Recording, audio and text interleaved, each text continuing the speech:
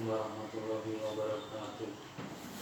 Kali ini saudaraku kita mengaji kitab Nasoikul Ibad, yaitu nasihat bagi hamba Allah. Mari sebelum kita mulai, kita membuat hadiah Fatihah dahulu kepada Nabi Muhammad dan kepada pendahulu kita dan juga pengarang kitab ini. Al-Fatihah. Bismillahirrahmanirrahim. Alhamdulillahirabbil alamin arrahmanirrahim maliki yaumiddin. Iyyaka na'budu wa iyyaka nasta'in ihdinas siratal mustaqim siratal ladzina an'amta 'alaihim ghairil maghdubi 'alaihim waladdallin. Amin.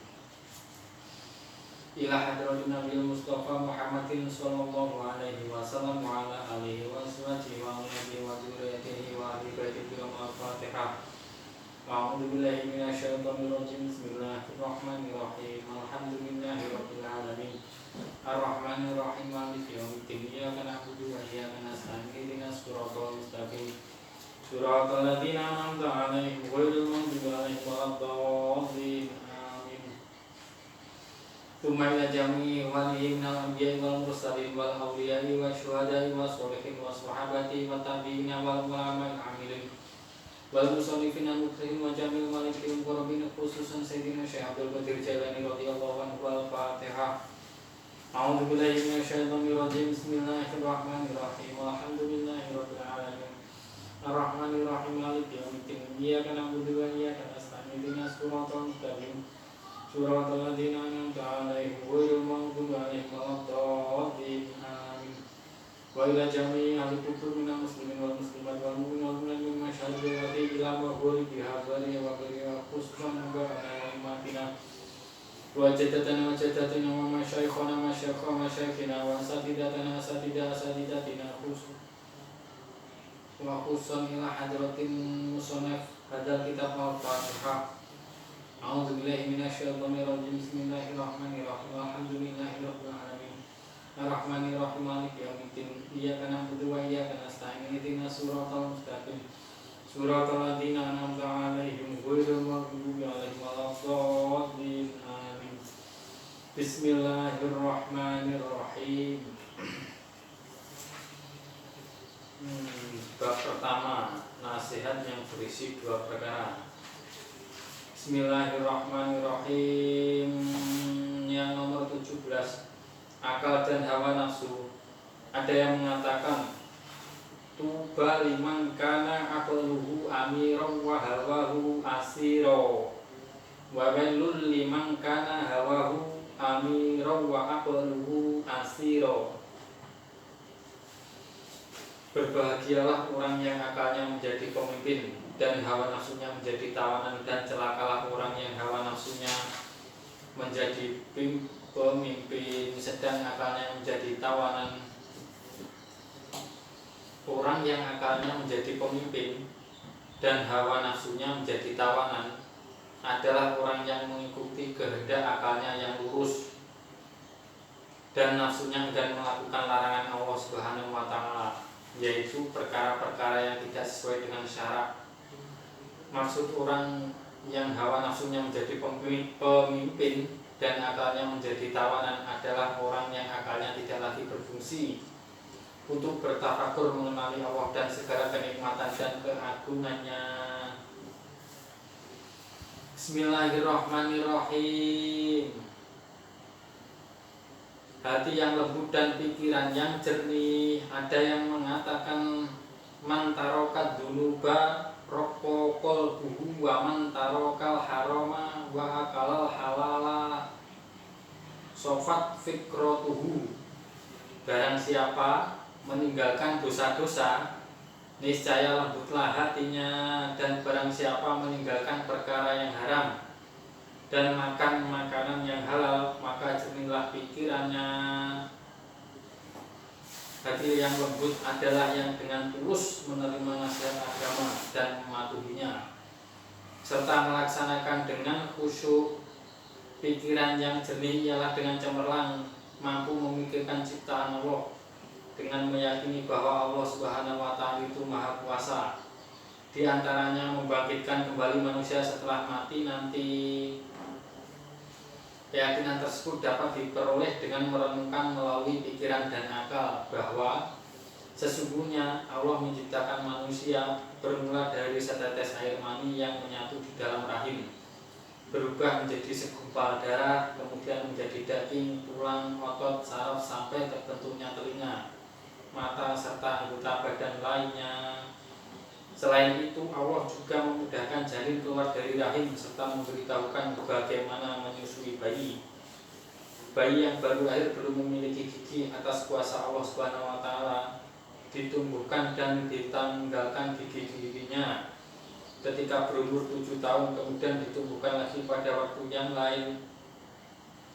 Allah Subhanahu wa taala menjadikan keadaan manusia berubah dari kecil menjadi dewasa, kemudian tua dan dari sehat menjadi sakit. Dia menjadikan pula semua makhluknya tidur dan bangun setiap hari. Rambut dan kuku rontok kemudian tumbuh kembali. Malam dan siang silih berganti melalui perubahan peredaran matahari dan bulan, yang kesemuanya datang dan pergi silih berganti pula. Setiap bulan terbenam dan timbul dengan sempurna. Ketika terjadi gerhana sinar matahari hilang, dari tanah yang basah Allah menyuburkan tanaman. Berdasarkan itu semua yang tersebut di atas, maka jelaslah bahwa yang maha kuasa atas semua itu adalah Allah Subhanahu wa taala, yang mampu menghidupkan semua yang telah mati setelah mereka rusak di alam kubur. Oleh sebab itu wajib bagi hamba Allah memperbanyak tafakur, berpikir untuk menambah kuat keyakinannya tentang adanya kebangkitan setelah mati. Selain itu harus pula mengakui adanya kebangkitan serta perhitungan seluruh perbuatannya selama di dunia. Jadi sesuai dengan kekuatan imannya, niscaya akan timbul semangat dan kesungguhan untuk menjunjung tinggi perintah Allah dan menyingkiri larangannya. Bismillahirrahmanirrahim. Nasihat yang berisi 2 perkara. Yang nomor 19, menaati perintah dan menjauhi larangan. Sebuah wahyu telah diturunkan kepada sebagian nabi. Ati'ni fima amartuka wala ta'swini fima nasohtuka. Taatlah kamu pada perintahku, perintah Allah Subhanahu wa taala, dan janganlah kamu mendurhakai segala nasihatku.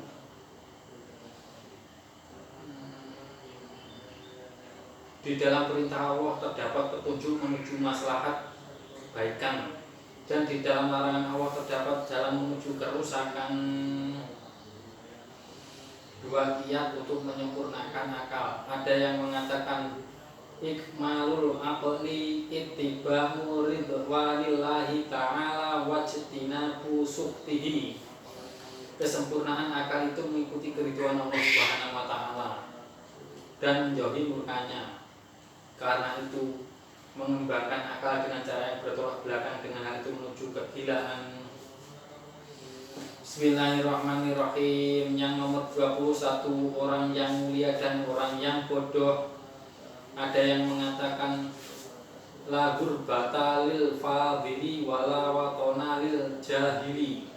Tiada pengasingan bagi orang yang mulia, dalam kurung orang yang berilmu maksudnya, dan tiada tanah air bagi orang yang bodoh. Orang yang mulia, orang yang berilmu ialah orang yang berilmu serta beramal. Orang yang mulia adalah orang yang berilmu dan beramal. Dia selalu dimuliakan dan dihormati orang lain di mana saja berada, sebab selalu dihormati dan diperlukan kehadirannya. Karena itu walaupun di negeri asing ia tetap hidup seperti di rumah sendiri. Sebaliknya adalah nasib orang bodoh. Bismillahirrahmanirrahim. Dekat kepada Allah Subhanahu wa taala dan jauh dari manusia. Ada yang mengatakan man kana bi ta'ati mindallahi qoriban kana bainan nasi ghoriba. Barang siapa karena berbuat taat menjadi dekat kepada Allah, maka dia merasa asing hidup di tengah manusia. Orang yang telah mampu merasakan kenikmatan beribadah dan mendekatkan diri kepada Allah, maka tidak lagi merasa nikmat hidup bergaul di tengah-tengah manusia. Bismillahirrahmanirrahim. Tanda ma'rifat dan tanda hidup. Ada yang mengatakan harakatul ta'ati dalilul ma'rifati kama anna harakatul jismi dalilul hayati. Gerak seseorang berbuat taat itu menunjukkan adanya ma'rifat, sebagaimana gerakan organ tubuh menunjukkan adanya hidup. Ma'rifat adalah mengenal Allah dengan segala macam keagungan, kebesaran dan kekuasaannya. Jika seorang hamba melakukan perbuatan taat kepada Allah, berarti itu bukti bahwa dia telah mengenali Allah. Jika semakin banyak perbuatan taat dilakukan, maka semakin dalam pula dia mengenali Allah. Demikian pula sebaliknya, jika semakin sedikit perbuatan taat, maka akan sedikit pula kemakrifatannya. Hal itu karena perbuatan lahir adalah merupakan cerminan dari sikap batinnya. Bismillahirrahmanirrahim. Pangkal segala kesalahan dan pokok semua fitnah. Nabi SAW bersabda, aslu jami'il khotoya hubbud dunya wa aslu jami'il fitani man'ul musyri wa zakati. Pangkal segala kesalahan adalah cinta dunia, sedangkan pokok segala fitnah adalah enggan membayar zakat dan 1/10 hasil bumi. Yang dimaksud cinta dunia di sini adalah mencintai dunia lebih dari keperluannya, bermewah-mewah, berlebihan.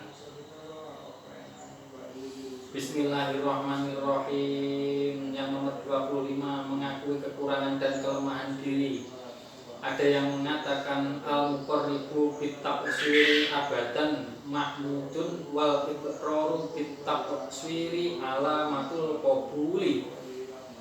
Orang yang mengakui kelemahan diri akan terpuji selamanya, dan pengakuan adanya kekurangan itu tanda diterima amalnya. Pengakuan adanya kekurangan pada diri sendiri itu menjadi isyarat bahwa tidak bersikap sombong dan congkak. Bismillahirrahmanirrahim. Mengingkari nikmat dan bersahabat dengan orang tolol. Ada yang mengatakan kufronun ni'mati lu'un wa syuhbatul ahmaki syu'un. Ingkar nikmat adalah kehinaan dan bersahabat dengan orang tolol adalah sial. Orang yang tidak mensyukuri nikmat Allah SWT merupakan pertanda dirinya hina. Begitu juga bersahabat dengan orang yang tolol, yakni orang yang selalu meletakkan sesuatu bukan pada tempatnya, meskipun dia mengetahui kejelekannya dalam masalah ini, atau berani melewatkan dari Bashir bahwa Nabi SAW bersabda, Isrimil ahmaqo, artinya janganlah engkau bersahabat dengan si tolol, yakni memutuskan hubungan dengan orang yang tidak memberikan manfaat. Maksudnya tidak bersahabat dengan orang yang bertingkah laku jelek untuk menghindari kejelekan wataknya, karena watak seseorang dapat mempengaruhi orang lain. At-Tirmizi meriwayatkan hadis dari Ibnu Umar bahwa sesungguhnya Nabi SAW bersabda, khoslatani mangkanata fihi katabahullahu syakiron sobiron wa malam takuna fihi lam yaktubullah lam yaktubullahu syakiron wala sobiron man nadoro fi dinihi ilaman wa fauqahu faqtada bihi wa nadoro fi dunyahu ilaman wa dunahu fahamidallaha ala ma faddalahu bihi alaih katabahullahu syakiron sobiron wa man nadoro fi dinihi ilaman wa dunahu wa nadoro fi dunyahu ilaman wa fauqahu fa asifa ala ma fatahu lam yaktubahu Allahu syakiron wala sobiron. Artinya, dua hal jika keduanya dimiliki seseorang, maka Allah mencatatnya sebagai orang yang bersyukur dan sabar. Sedang orang yang tidak memiliki kedua-duanya, maka Allah tidak mencatatnya sebagai orang yang tahu syukur dan tidak sabar. Ialah barang siapa membandingkan kualitas agama dirinya dengan orang yang berkualitas lebih tinggi, dan membandingkan dunianya dengan orang yang lebih rendah, kemudian memuji Allah atas kelebihan yang dimilikinya itu, maka Allah akan mencatatnya sebagai orang yang tahu syukur dan sabar. Dan barang siapa membandingkan kualitas agama dirinya dengan orang yang lebih rendah dan membandingkan dunianya dengan orang yang lebih tinggi, kemudian merasa gundah karena belum memperoleh setinggi dunia orang itu, maka Allah tidak mencatatnya sebagai orang yang bersyukur dan tidak sabar. Hadis ini mencakup segala kebaikan. Bismillahirrahmanirrahim. Seorang penyair berkata, ya man bidunya hushtagola qad ghurrahu tulul amal, awalam yazal fi ghaflatin hatta dana minhul ajal, al mautu ya'ti baghtatan wal qabru sundukul amal, isbir ala ahwaliha la mauta illa bil ajal.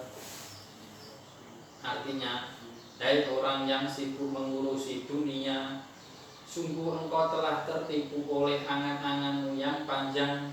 Mengapa senantiasa lupa? Hingga datang kepadamu ajal, maut itu akan datang kepadamu dengan tiba-tiba. Dan kubur itu adalah peti segala amal. Sabarlah terhadap ketakutan-ketakutan yang ada di dunia. Tiada kematian melainkan ajalnya akan tiba. Ad-Dailami meriwayatkan hadis, sesungguhnya Nabi SAW bersabda, tarkut dunya amaru minas sibri wa asyaddu min khatmis suyufi fi sabilillahi wa la yatrukuha ahadun illa aqtahullahu misla ma yuti syuhada wa tarkuha qillatul akli wasyabai wa qudus tanai minan nasi fa innahu man ahabbat tanaa minan nas ahabbat dunya wa na'imaha wa man sarrahun na'imu kulun ni'am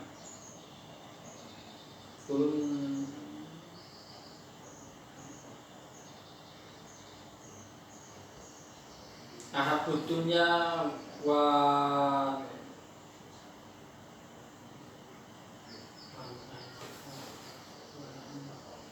ahabbu dunya wa na'imaha wa man sarrahun na'imu kullun na'im fal yada'id dunya wa thana'a minan nas. Artinya, meninggalkan dunia itu lebih pahit daripada jadang dan lebih pedih daripada goresan pedang di medan sabilillah. Dan tiada bagi yang mau meninggalkannya melainkan Allah memberi orang itu seperti yang dianugerahkannya kepada para syuhada. Meninggalkan dunia adalah dengan cara mempersedikit makan dan kenyang dan tidak suka dipuji manusia. Karena barang siapa suka dipuji manusia berarti ia suka dunia dan nikmatnya. Barang siapa suka memperoleh kenikmatan yang paling nikmat, maka hendaklah meninggalkan dunia dan pujian dari manusia.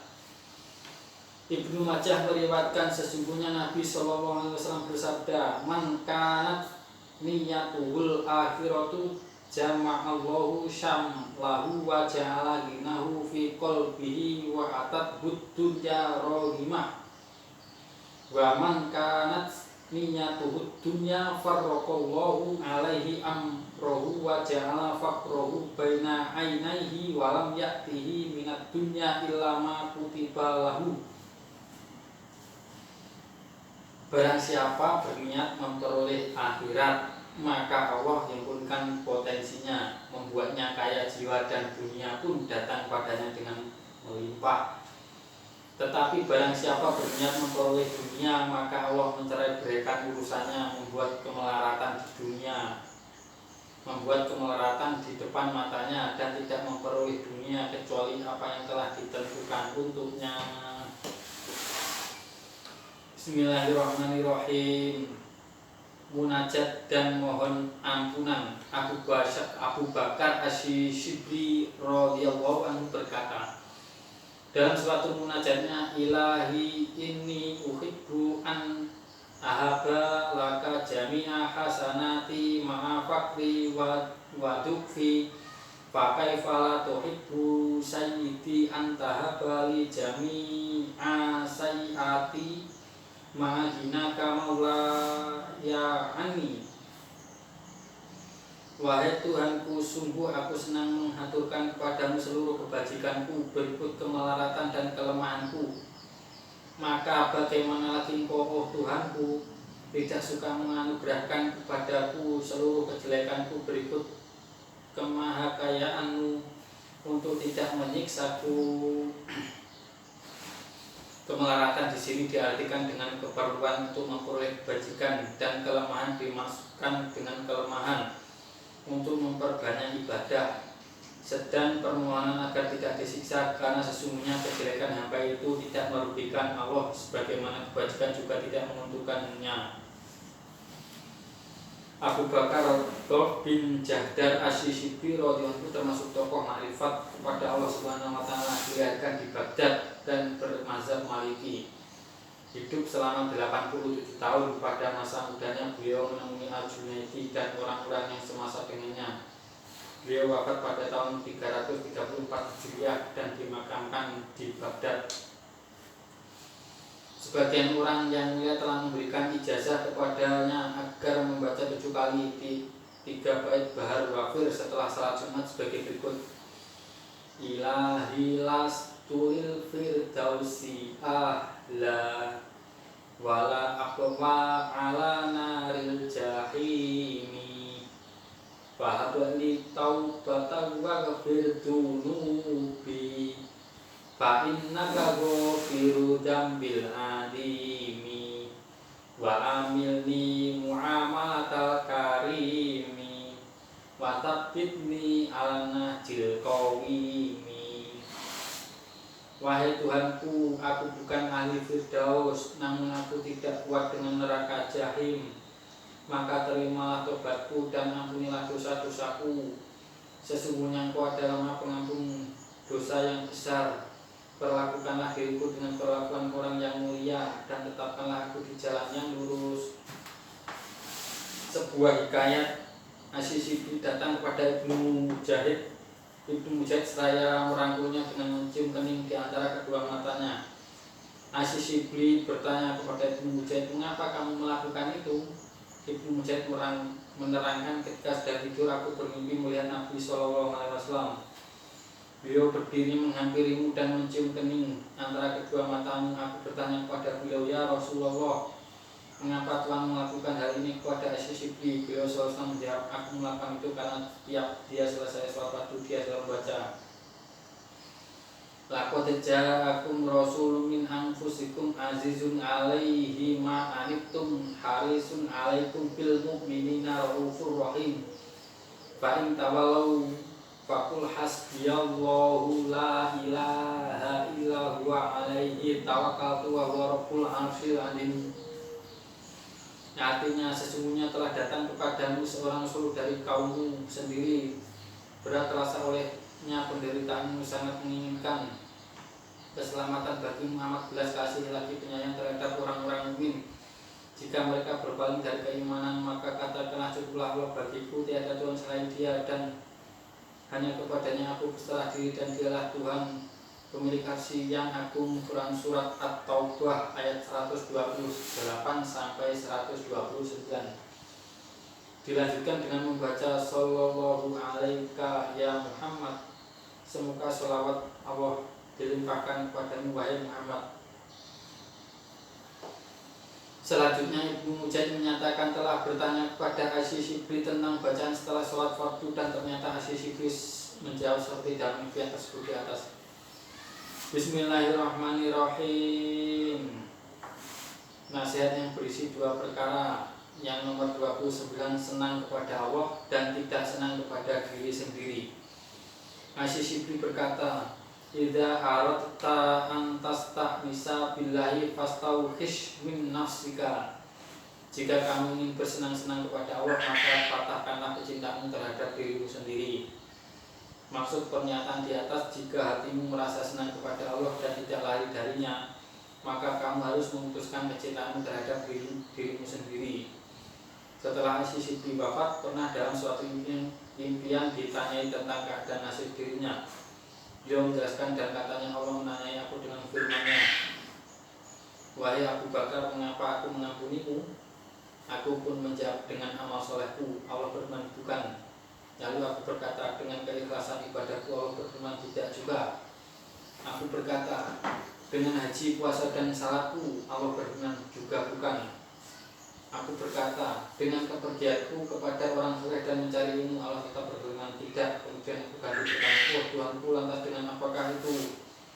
Allah berfirman, ingatlah kamu di kala tengah berjalan menyusuri Baghdad, lalu kamu temukan seekor kucing yang tidak berdaya lantaran menggigil kedinginan. Kemudian karena kasihan kamu pungut ia, dan kamu selamatkan di dalam kehangatan jubah tebalmu itu.